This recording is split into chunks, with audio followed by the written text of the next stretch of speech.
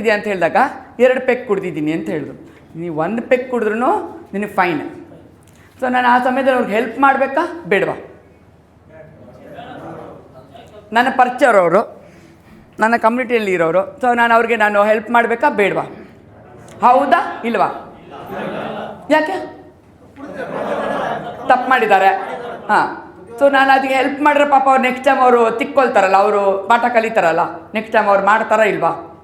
ಮಾಡಲ್ಲ ಅಲ್ವಾ? ಹಾಂ, ಕರೆಕ್ಟ್ ಅಲ್ವಾ? ಸೊ ಅರ್ಥ ಮಾಡ್ಕೊಂಡು ನಾನು ಏನು ಹೇಳಿದೆ ಅವ್ರಿಗೆ ಅಂದರೆ, ಫಸ್ಟ್ ಆಫ್ ಆಲ್ ನಿನ್ನ ಗಾಡಿ ತಂದಿದೆ ದೊಡ್ಡ ತಪ್ಪು, ನಿನ್ನ ಗಾಡಿ ಸ್ಟಾರ್ಟ್ ಮಾಡಿದೆ ದೊಡ್ಡ ತಪ್ಪು. ಆಕೆನ ಡ್ರಾಪ್ ಮಾಡೋಕ್ಕೆ ಯಾರಾದರೂ ಒಂದು ಇದ್ದೇ ಇರ್ತಾರೆ, ಪಾರ್ಟಿ ಅಂದಮೇಲೆ ಯಾರಾದರೂ ಒಬ್ರು ಇದ್ದೇ ಇರ್ತಾರೆ. ನೀನು ಕುಡಿದ್ಬಿಟ್ಟು ಗಾಡಿ ತಂದಿದ್ಯಾ ಅಂದಮೇಲೆ ಕೊಡು, ನಿಮಿಷ ಕೊಡು, ಪೊಲೀಸ್ನವ್ರಿಗೆ ಫೋನ್ ಕೊಡು ಅಂತ ಹೇಳಿದೆ. ಒಂದು ದೊಡ್ಡ ಮನುಷ್ಯ ಅಂತ, ಸರ್ ನಮ್ಮ ಅಕ್ಕ ಲೈನಲ್ಲಿದ್ದಾರೆ ಸರ್, ಮಾತಾಡಿ.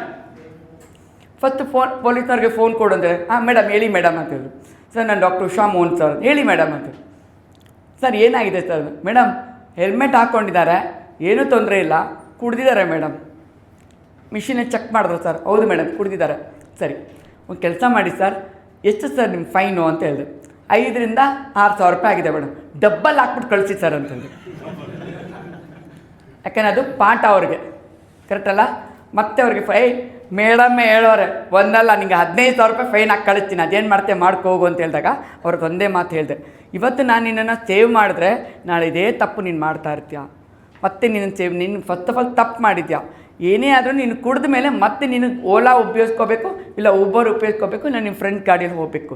ಯಾವುದೇ ಗಾಡಿ ನೀನು ಗಾಡಿ ತಂದಿದ್ದೆ ದೊಡ್ಡ ತಪ್ಪು, ಇದು ನೀನು ಪಾಠ ಕಲಿಬೇಕು ಅಂದಾಗ ನೆಕ್ಸ್ಟ್ ಡೇ ಗ್ರೂಪಲ್ಲಿ ಆ ಮನುಷ್ಯ ಹಾಕಿರೋ ಹೇಗೆ ಚೆನ್ನಾಗಿತ್ತು ಅಂದರೆ, ಜೀವನದಲ್ಲಿ ತಪ್ಪು ಮಾಡೋದು ಸಹಜ, ಆದರೆ ತಪ್ಪು ಮಾಡಿದ್ದನ್ನ ನಮ್ಮ ತಪ್ಪನ್ನ ನಾವೇ ಕಲಿಬೇಕು ಅಂತಿದ್ರೆ, ನಮಗೆ ಪಾಠ ಅಂದರೆ ನಮಗೆ ತಿರುಗಿ ಏಟು ಕೊಡೋರು ಇದ್ದರೆ ನಾವು ಪಾಠ ಕಲಿಬೋದು ಅಂತ ಹಾಕಿದ್ದಾರೆ. ಅರ್ಥ ಆಗ್ತಿದೆಯಾ? ನಾವು ತಪ್ಪು ಮಾಡಿದಾಗ ನಮ್ಮಲ್ಲಿ ಯಾರಾದರೂ ಫ್ರೆಂಡ್ಸ್ ಆಗಿರ್ಬೋದು, ರಿಲೇಷನ್ ಆಗಿರ್ಬೋದು, ನೀನು ತಪ್ಪು ಮಾಡಿದೆ ಅಂತ ನಾವು ಅವ್ರಿಗೆ ಬೆರಳು ಇಟ್ಟು ತೋರಿಸಿ ಇನ್ನೊಂದು ಮುಖಾಂತರದಿಂದ ಅವ್ರಿಗೆ ನಾವು ಪೆನಾಲ್ಟಿ ಬಿಟ್ಟಾಗ ಜೀವನದಲ್ಲಿ ಈ ತಪ್ಪನ್ನು ಮತ್ತೆ ಪುನಃ ನಾವು ಮಾಡೋದಿಲ್ಲ ಅಂತ. ನಮ್ಮಲ್ಲಿ ಏನು ಮಾಡ್ತಾಯಿದ್ದೀವಿ, ತಪ್ಪು ಮಾಡಿದ್ದೀವಿ ಅಂತೇಳಿ ನಾವೇನು ಮಾಡ್ತೀವಿ, ಈ ಪರೆಲ್ಲ ಅಡ್ಜಸ್ಟ್ ಮಾಡ್ಕೊಳ್ಳೋ ನಡೀತಿದ್ದು ಒಂದು ಟೈಮು ಅಂತ ನಮ್ಮ ತಂದೆ ತಾಯದವರಾಗಿರ್ಬೋದು, ತಮ್ಮ ಆಗಿರ್ಬೋದು, ಇಲ್ಲ ಸ್ನೇಹಿತರಾಗಿರ್ಬೋದು, ಇಲ್ಲ ಬಾಸ್ ಆಗಿರ್ಬೋದು, ನಾವು ಒಂದ್ಸಲ ಅವಕಾಶ ಕೊಟ್ಟಾಗ ನೀವು ಪುನಃ ಅದೇ ಅವಕಾಶಗಳನ್ನ ತಗೊಳ್ತಾ ಇರ್ತೀರ. ಹೌದಾ ಇಲ್ವಾ? Very good. ನೆಕ್ಸ್ಟ್ ಸರ್, ನೀವು ಅದು ನೋಡ್ರಲ್ಲ, 6 ತಿಂಗಳು ಶಿಕ್ಷೆ ಇದೆಲ್ಲ ನೋಡಿದ್ರಲ್ಲ ಅದನ್ನು, ವೆರಿ ಗುಡ್. ನೆಕ್ಸ್ಟು, ಈಗ ನಿಮ್ಮಲ್ಲಿ ಟ್ರಾಫಿಕ್ ಮ್ಯಾನೇಜ್ಮೆಂಟಲ್ಲಿ ಬಂದಾಗ ಏನಾಗುತ್ತೆ, ಈ ಜೀವನ ಪಟ್ಟಿ ಯಾರಿಗಿರೋದು